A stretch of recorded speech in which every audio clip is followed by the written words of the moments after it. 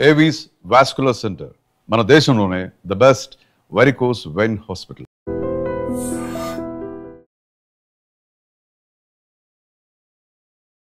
ఈ వార్త చెప్పాలంటే కూడా నిజంగా ఎంత బాధాకరం అంటే, వెనకాల మీకు కనిపిస్తుంది కదా స్క్రీన్ మీద, పాప ఎంత ముద్దుగున్నదో. కేవలం 6th క్లాస్ మాత్రమే ఆ పాప.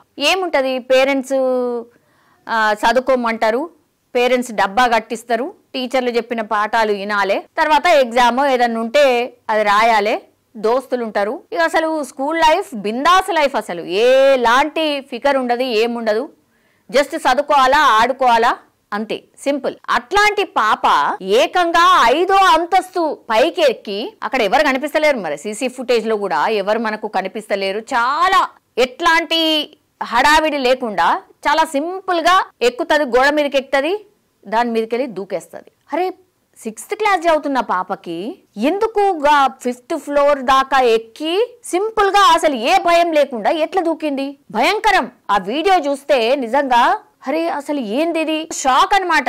ఇది మనకే ఇంత షాక్ ఇస్తే వాళ్ళ పేరెంట్స్ పరిస్థితి అసలు ఊహకు కూడా అందది. జైపూర్ లో జరిగింది ఈ ఘటన. అది ఏడన్నా జరుగుగాక, జైపూరా లేకపోతే ఇంకో వేరే దేశమా, అది కాదు మ్యాటర్. 6వ తరగతి అంటే కేవలం 12 సంవత్సరాలు మాత్రమే ఉన్నాయి ఆ పాపకి. అంత కష్టం ఏముంటది? బిల్డింగ్ పై నుంచి దూకే అంత కష్టం ఏముంటది? గంత భయంకరంగా ఎట్లా ఆమె దూకగలిగింది? ఆ తర్వాత ఏం జరిగింది ఇప్పుడు మనం మాట్లాడుకునే ప్రయత్నం చేద్దాం. అసలు డీటెయిల్డ్ గా ఏం జరిగిందో చెప్పే ప్రయత్నం నేను చేస్తాను. జైపూర్ లో జరిగినటువంటి ఘటన. జైపూర్ లోనే ఓ స్కూల్ విద్యార్థిని మృతి మిస్టరీగా మారింది. ఆమె ఎందుకు చనిపోయింది అనేది $1 మిలియన్ ప్రశ్నగా మిగిలింది. స్కూల్ సిబ్బంది పరారీలో ఉన్నారు. 3 లైన్లు. అసలు ఆ పిల్ల ఎందుకు చనిపోయింది మిస్టరీగా మారిందట. అసలు ఎందుకు దూకిందో ఎవరికి కూడా అర్థం కాలేదు. తర్వాత స్కూల్ యాజమాన్యం ఏడిపోయిందో అసలు అత్తాపత్తా లేదు. 5 ఫ్లోర్స్ బిల్డింగ్ కలిగినటువంటి ఒక స్కూల్ యాజమాన్యం, ఒక పాప బిల్డింగ్ పై నుంచి దూకితే చనిపోతే ఆ స్కూల్ యాజమాన్యం, ప్రిన్సిపల్ అసలు ఎవరు కనబడకుండా పోయిండ్రంట. అది ఎట్లా సాధ్యం అంటే ఖచ్చితంగా స్కూల్లోనే ఏదో జరుగుండాలి. ఆ పాప చూడరాందేమన్నా చూసుండాలి, లేకపోతే ఆ పాపని ఏదైనా అనుండాలి, లేకుంటే ఇంకేం జరుగుంటది, ఫైండ్ అవుట్ చేయాలి. ఇప్పుడు రాజస్థాన్ రాజధాని జైపూర్ లోనే ఒక పాఠశాలలో 6వ తరగతి చదువుతున్న ఒక విద్యార్థిని 5వ అంతస్తు నుంచి దూకి ఆత్మహత్య చేసుకుంది. అయితే విద్యార్థిని చనిపోయిన తర్వాత పాఠశాల అధికారులు పోలీసులకు సమాచారం ఇవ్వకంటే ముందే సంఘటనా స్థలాన్ని మొత్తం శుభ్రం చేయడం ఇప్పుడు అనుమానాలకు తావిస్తుంది. అసలు కొంచెమన్నా ఉన్నదా స్కూల్ యాజమాన్యం? ఫస్ట్ మనం మనుషులం కదా, ఆ తర్వాత నీ బిజినెస్ ఇంకేదో కదా. ఇంత భయంకరంగా మనుషుల మీద కూడా మీరు బిజినెస్ చేసిన తర్వాత సంఘటన జరిగింది. 6వ తరగతి చదువుతుంది పాప. ఆమె చనిపోతే ఏవి కూడా కనబడకుండా శుభ్రం చేసిండ్రట. మీ పిల్లలు అయి ఉంటే మీరు ఇట్లనే చేద్దురా? మీకు కూడా ఉండే ఉంటారు కదా బిజినెస్ తర్వాత, మీకు కూడా ఫ్యామిలీ ఉంటుంది, మీకు కూడా పిల్లలు ఉంటారు, అందరు ఉంటారు కదా. ఆ ప్లేస్ లో మిమ్మల్ని మీరు ఊహించుకుంటే ఇదంతా చేసేటోళ్ళ? అంత పెద్ద సంఘటన జరిగితే మొత్తం అక్కడ ఆనవాళ్ళు లేకుండా చెరిపేసే ప్రయత్నం మీరు చేద్దురా?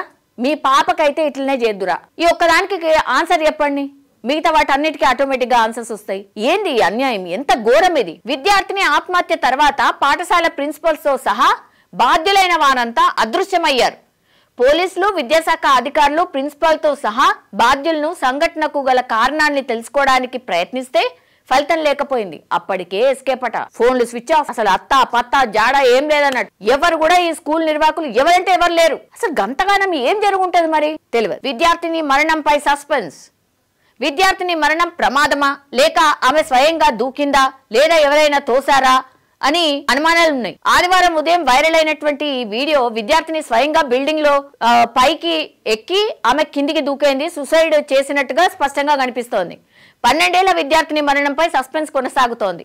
ఒక ఉపాధ్యాయుడు విద్యార్థిని తీవ్రంగా మందలించాడు. దాంతో బాధపడి ఆమె 5వ అంతస్తు నుంచి దూకి ఆత్మహత్య చేసుకుంది అని ప్రచారం జరుగుతోంది. ఇది ప్రచారం మాత్రమే. ఉపాధ్యాయులు ముందైతే అసలు భయంకరంగా కొట్టేటోళ్ళు, ఇప్పుడు అది లేదు. వినకపోతే మంచిగా కట్ట తీసుకొని కొట్టేటోళ్ళు తెలుసా.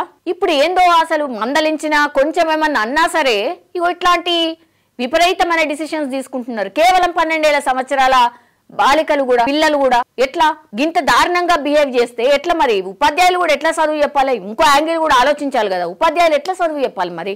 నువ్వు చదవట్లేదు, ఏం చెప్పినా వినట్లేదు. మరి ఈ ఉపాధ్యాయుడికి ఉన్నటువంటి ఆప్షన్ ఏంది? మరి కొంచెం ఏమన్నా అన్నా సరే పేరెంట్స్ దండయాత్రకు వచ్చేస్తారు. నేను కాదంటలేదు, కొట్టి మరీ విద్యార్థిని ప్రాణం పోయేంత వరకు సిచ్యువేషన్ తీసుకొస్తేనేమో ఏమన్నా అనాలి. ముందు చాలా కామన్ గా అసలు ఉపాధ్యాయుల భయం ఎట్లుంటుండే అంటే కొడుతుండే తిడుతుండే, అది వెరీ కామన్. లేకపోతే భయం ఎట్లుంటది? అది మొత్తం అసలు ఆ సిస్టమే తీసేసిరిగా.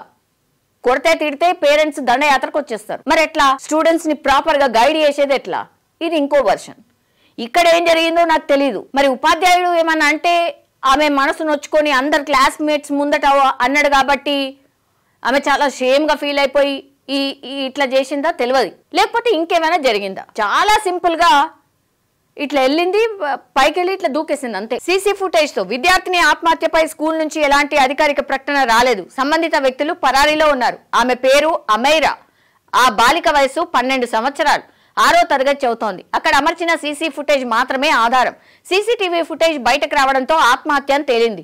జైపూర్ నగరంలోని ప్రసిద్ధ కాన్వెంట్ పాఠశాల Neeraja Modi school CBSE board ద్వారా మానసరోవర్లో నిర్వహిస్తున్నారు. సంఘటన శనివారం రోజు జరిగింది. అది 1 గంట ప్రాంతాల్లో జరిగింది. ఒక్కసారి అమైరా కిందికి దూకేయడంతో పెద్ద శబ్దం వచ్చింది. సిబ్బంది వెళ్లి చూసేసరికి ఆమె పైకెళ్ళి దూకగానే మెట్లపై పడ్డది కాబట్టి తీవ్ర గాయాలయ్యాయి. సిబ్బంది ఆమెని సమీపంలోని ఆసుపత్రికి తీసుకెళ్లారు. పరీక్షించిన డాక్టర్స్ ఆమె అప్పటికే చనిపోయినట్టు ప్రకటించారు. విద్యార్థిని తలకు బలమైన గాయం కావడంతో తీవ్ర రక్తస్రావం అయింది. ఆమె పరిస్థితి చూసి డాక్టర్లు సైతం ఆశ్చర్యపోయారు. అంటే ఎట్లా ఏ పొజిషన్ ఉన్నదో పాప. మరి బాధ్యులు ఎందుకు అదృశ్యమయ్యారు? ఇప్పుడు అతిపెద్ద క్వశ్చన్ ఇదే. ఇప్పుడు కొన్ని ప్లేసెస్ లా కొన్ని సంఘటనలు జరుగుతూ ఉంటాయి. అంతదానికే స్కూల్ యాజమాన్యం మొత్తం ఎస్కేప్ అయిపోతుందా? ఇక్కడ అదే కదా అతిపెద్ద క్వశ్చన్. సంఘటన తర్వాత పాఠశాల ప్రిన్సిపల్ ఇతర బాధ్యులు ఎందుకు అదృశ్యమయ్యారు? పోలీసులకు, విద్యాశాఖ అధికారులకు స్కూల్ సిబ్బంది ఎందుకు సహకరించలేదు అని ఇప్పుడు ప్రశ్నలు తలెత్తున్నాయి. వారి ఆచూకీ కోసం పోలీసులు ఇంకా గాలిస్తున్నారు. పాఠశాలలో పిల్లల భద్రతపై మరోసారి ఆందోళన మొదలైంది. భారీ ఫీజులు వసూలు చేశాయి, కానీ వారి భద్రతను గాలి కొదిలేస్తున్నాయని విమర్శలున్నాయి. ఈ సంఘటనపై రాజస్థాన్ విద్యా మంత్రి మదన్ దిలావర్ విచారం వ్యక్తం చేశారు. ఈ సంఘటనపై జిల్లా విద్యాధికారికి విచారణ అప్పగించాలని అన్నారు.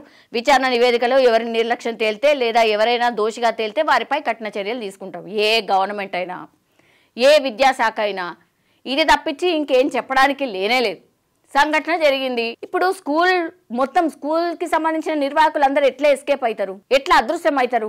ఏం జరిగింది మరి? రియల్లీ ఇది సీరియస్ గా ఇన్వెస్టిగేషన్ చేయాల్సిన అవసరం ఉంది. ఇవి జరగవా అంటే ఇట్లాంటి ఇంకా మనం ఫ్యూచర్ లో మస్తుగా చెప్తాం. అసలు ఎంతమంది పిల్లలకు మీరు అవగాహన కార్యక్రమాలు నేర్పిస్తున్నారు, అవగాహన కార్యక్రమాలు చెప్పిస్తున్నారు? ఎవరికైనా స్ట్రెస్ లో ఉంటున్నారు పిల్లలు, ఇది అందరికీ తెలిసిందే. అటు పేరెంట్స్ ఒత్తిడి చేస్తారు, ఇటు ఉపాధ్యాయులు ఒత్తిడి చేస్తారు. నలిగిపోతున్నారు పిల్లలు. భయంకరం. వాళ్ళే ఫ్యూచర్లు, రేపటి పౌరులు అంటాం. కానీ ఇట్లాంటి సిచ్యువేషన్ వస్తే ఏం రేపటి పౌరులు అవుతారు? మొత్తం స్ట్రెస్ఫుల్ లైఫ్. చూడాలి మరి. జైపూర్లో జరిగినటువంటి ఈ సంఘటన ఒక సెన్సేషన్ అయితే క్రియేట్ అవుతోంది. మరి నివేదిక ఏం తేలుతుంది? అట్లాగే దోషుడెవరు? వీళ్ళంతా అమ్మాయి చనిపోయిన తర్వాత ఎందుకు క్లీన్ చేసే ప్రయత్నం చేసిర్రు? ఈ నిర్వాహకులు మొత్తం కూడా, ఈ స్కూల్ కి సంబంధించిన యాజమాన్యం మొత్తం ఎందుకు ఎస్కేప్ అయి ఉంది? వీటన్నిటి మీద విచారణ అయితే జరుగుతోంది. నిజంగా ప్రస్తుతం ఉన్నటువంటి సమాజం దేనికి ప్రయారిటీ ఇస్తుంది? ఆర్థిక సంబంధాల చుట్టూ మాత్రమే తిరుగుతోంది. మళ్ళీ ఎన్నికలంగానే చాలా విరక్తి కలుగుతుంది. మంచి అనిపిస్తుంది కదా. లేడీస్ కూడా ఛాలెంజింగ్ జాబ్స్ చేసినప్పుడు చాలా బాగుంటది. ట్రాఫిక్ అసిస్టెంట్స్ గా నియమించిన ట్రాన్స్జెండర్స్ అందరితో సాల్యూట్ చేయించుకుంటున్నారు. ఫుడ్ డెలివరీ ఇవ్వటానికి వెళ్ళినటువంటి డెలివరీ బాయ్ అనిల్ పై కళ్ళ ముందు